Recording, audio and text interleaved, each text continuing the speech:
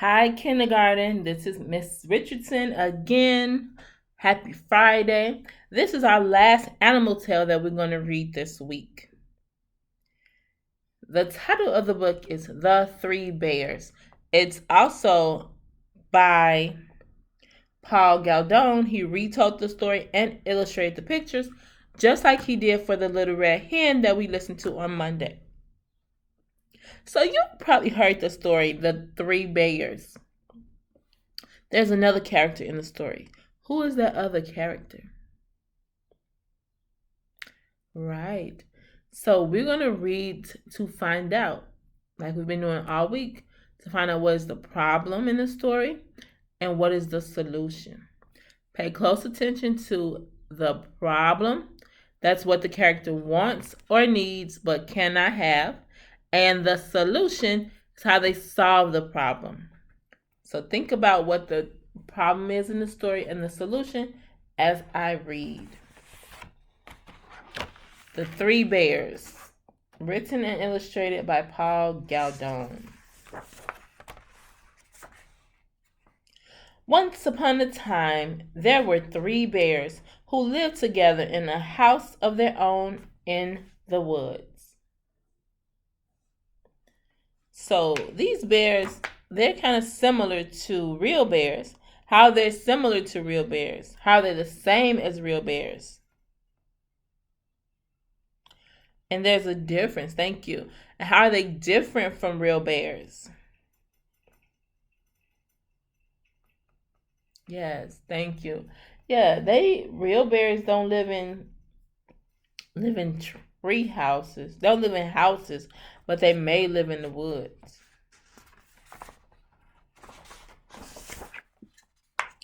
One of them was a little wee bear. One was a middle-sized bear, and the other was a great big bear. They each had a bowl for their porridge. The little wee bear had a little wee bowl. The middle-sized bear had a middle-sized bowl. And the great big bear had a great big bowl. They each had a chair to sit in. The little wee bear had a little wee chair. The middle-sized bear had a middle-sized chair. And the great big bear had a great big chair.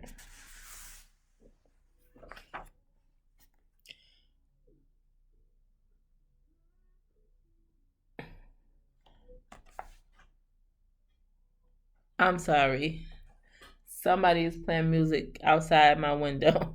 So I apologize for pausing, but we're going to keep on rocking and rolling. And they each had a bed to sleep in. The little wee bear had a little wee bed. The middle-sized bear had a middle-sized bed. And the great big bear had a great big bed. One morning, the three bears made porridge for breakfast and poured it into their bowls, but it was too hot to eat.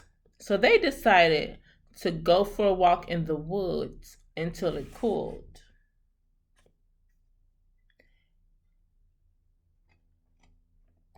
So something may happen. What do you think will happen while they're out for their walk?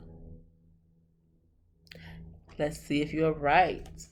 While the three bears were walking, a little girl named Goldilocks came into their house. Yeah. First she looked in at the window. Then she peeked through the keyhole. Of course nobody was there. Goldilocks turned the handle of the door. So what is she going to do next? I agree. She's probably going to go in that house. And you probably know the rest of the story. But she should not do this. What should she do instead? Great. Thank you for your response. The door was not locked because the three bears were trusting bears. They did no one any harm and never thought anyone would harm them. So Goldilocks opened the door and went right in. There was the porridge on the table. It smelled very, very good. Goldilocks didn't stop to think whose porridge it was. She went straight to it.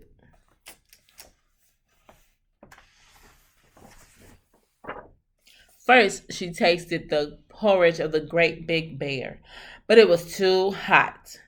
Then she tasted the porridge of the middle sized bear, but it was too cold.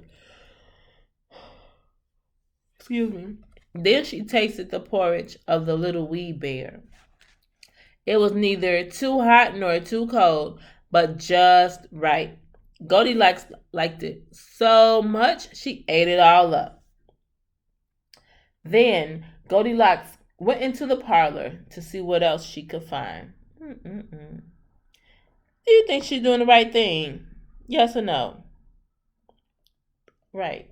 And how do you think the bears would feel seeing her do all this? Yeah, thank you. I would not be happy if she was doing that to me at my house. There were three chairs. First she sat down in the chair of the great big bear, but it was too hard. Then she sat down in the chair of the middle sized bear, but it was too soft. Then she sat down in the chair of the little wee bear. It was neither too hard nor too soft, but just right. Goldilocks liked it so much that she rocked and rocked until the bottom of the chair fell out. Down she went. Plump! That's an onomatopoeia word. Let me read that again. Down she went. Plump! Onto the floor. Goldilocks went into the bedroom where the three bears slept.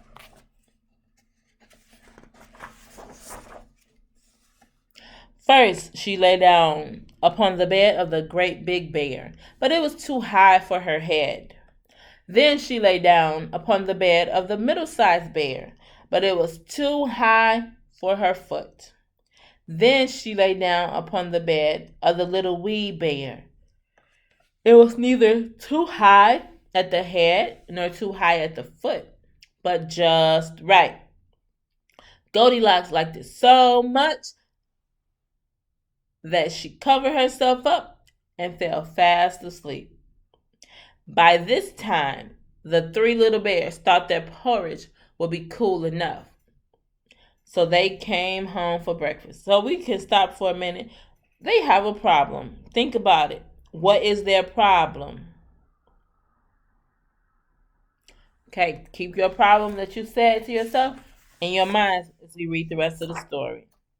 Goldilocks had left the spoon of the great big bear in his porridge bowl. He noticed it first thing. Somebody has been tasting my porridge, said the great big bear in his great big voice.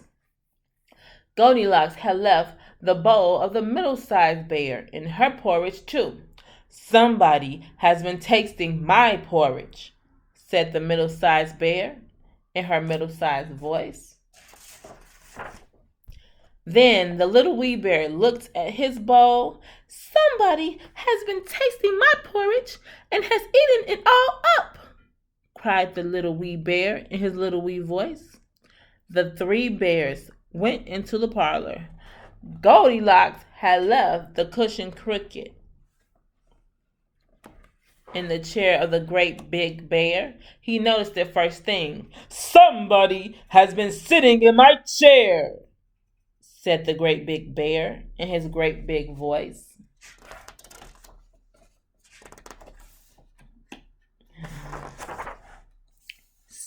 Goldilocks had squashed down the cushion of the chair of the middle-sized bear.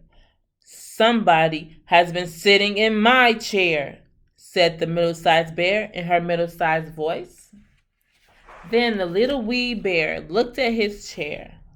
Somebody has been sitting in my chair and has sat right through it, cried the little wee bear in his little wee voice. The three bears went into the bedroom. Goldilocks had pulled the pillow of the great big bear out of place. He noticed it first thing. "Somebody has been lying in my bed," said the great big bear in his great big voice. Goldilocks had pulled the blanket out of place of the middle-sized the Goldilocks had pulled the blanket of the middle-sized bear out of place. "Somebody has been lying in my bed," said the middle-sized bear in her middle-sized voice. Then then the little wee bear looked at his bed. "Somebody has been lying in my bed, and here she is," cried the little wee bear in his little wee voice. This woke Goldilocks up at once.